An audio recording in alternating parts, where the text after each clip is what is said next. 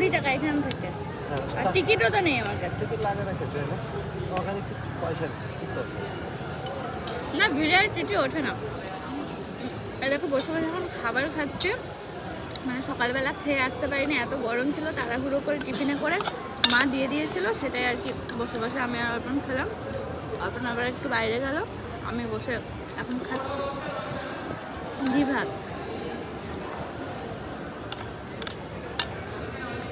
কাজ এখনও কিছু কমপ্লিট হয়নি, জাস্ট বইটা জমা দিয়ে এসে বাইরে এলাম।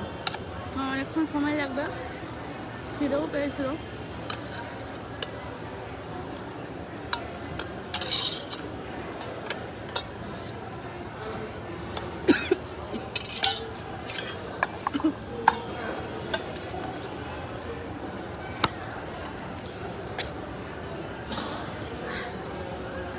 চলো যে কটা খাওয়া হলো ওতে শান্তি, তারপর কখন খাওয়া হতো ঠিক নেই।